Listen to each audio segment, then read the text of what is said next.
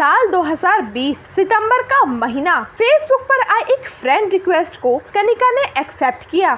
लिखा था, कहाँ से हो, डीपी में लगा फोटो तेरा ओरिजिनल है क्या। कनिका ने बिना रुके फ्रेंड रिक्वेस्ट भेजने वाले का प्रोफाइल देखा। नाम लिखा था Ravi Ranjan Kumar, police sub inspector Jamshedpur. एक बच्चे की मां कनिका ने रिक्वेस्ट कबूल कर लिया। उस दिन कनिका ने जवाब क्या दिया, उसके लिए यह गहरा घाव बन गया। चैटिंग शुरू हो गई, बिना देखे फेसबुक या प्यार भी हो गया। कनिका की माने तो एक रात चुपके से दरोगा बाबू उसके बेडरूम तक घुस आए। लाख मना करते रहे पर वह नहीं सुना और मेरे साथ देह से देह का रिश्ता कायम कर लिया। दरोगा ने कनिका को अपने गले का हार बनाने का वादा किया। कनिका भी झांसे में आ गई। दरोगा के मजबूर करने पर कनिका ने कोर्ट में तलाक तक की अर्जी दे दी। पति समझाता बुझाता रहा, जालिम दुनिया का आईना तक दिखाया। धोखा, दगा और फरेबी के कई किस्से भी सुना गए, पर प्यार में दीवानी कनिका एक नहीं सुनी और दरोगा बाबू की बनकर रह गई। दरोगा का घर में आना जाना तक शुरू हो गया। कनिका की बहन की शादी तक में शरीक हुआ। इसी बीच बहरागोड़ा थाना से बिरसा नगर थाना में तबादला हो गया दरोगा बाबू का। कनिका को करीब 1.5 महीने तक बिरसा नगर में मधु अपार्टमेंट के फ्लैट नंबर 301 में पत्नी की तरह रखा। अप्राकृतिक यौनाचार तक किया। कनिका गर्भवती हो गई। इल्जाम है अपनी मां के कहने पर दरोगा बाबू ने इसी साल 15 फरवरी को उसका गर्भपात तक करा दिया। इससे पहले बीते साल 1 नवंबर को दरोगा बाबू ने गोल पहाड़ी मंदिर में कनिका की मांग सिंदूर से भर दी। अचानक दरोगा बाबू का बर्ताव बदल गया। कनिका को गंदी गंदी गालियां सुननी पड़ी। प्यार में छली गई कनिका 8 जुलाई 2021 को महिला थाना जमशेदपुर में एफआईआर दर्ज कराई। इसी साल 29 जून को दरोगा बाबू अचानक गायब हो गए। कनिका का दावा है कि दरोगा रवि रंजन ने एक यूट्यूबर लड़की से शादी कर ली। यह शादी 2 जुलाई को बिहार में हुई। इधर जमशेदपुर के सीसीआर डीएसपी अनिमेश गुप्ता ने पूरे मामले की गहराई से तफ्तीश की। जाँच में कनिका के इल्जाम सही निकले। डीएसपी ने नए दूल्हा बने दरोगा बाबू की गिरफ्तारी के आदेश दे दिए हैं। सुने क्या बोली कनिका। बिरसा नगर के एसआई रवि रंजन ने मेरे साथ शादी का झांसा देकर मेरे साथ यौन शोषण एवं अप्राकृतिक संबंध बनाए।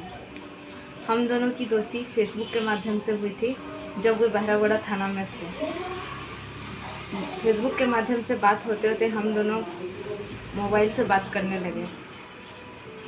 वे मेरे घर बहरागोड़ा मेरे रूम पे रात के समय मिलने के लिए आए। मिलने के बहाने आके वो मेरे साथ जागरण यौन शोषण किया और जब मैंने इसका विरोध किया तो वे मुझे शादी का झांसा देने लगे कि वे मुझसे शादी करेंगे, लेकिन वे नहीं किए। उनका ट्रांसफ़र अक्टूबर 2020 में बिरसा नगर थाना हो गया। इस बीच में भी वो मेरे घर आए एवं मेरे से शारीरिक संबंध बनाए और मुझे भी अपने थाने पर 7-8 दिनों तक रखा।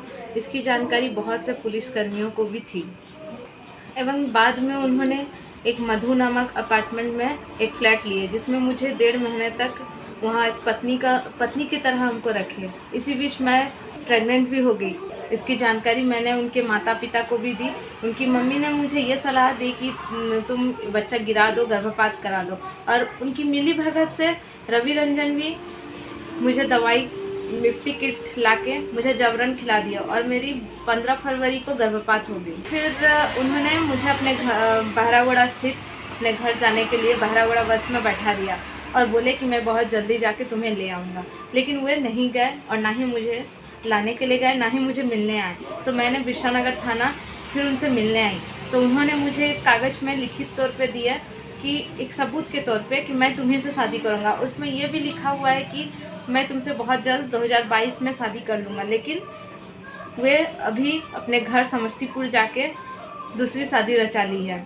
उन्होंने 1 नवंबर को भी गोल पहाड़ी मंदिर हमको लेके गए घुमाने और वहाँ मेरे मांग में सिंदूर भर दिया। उनकी शादी की सूचना मुझे मिली।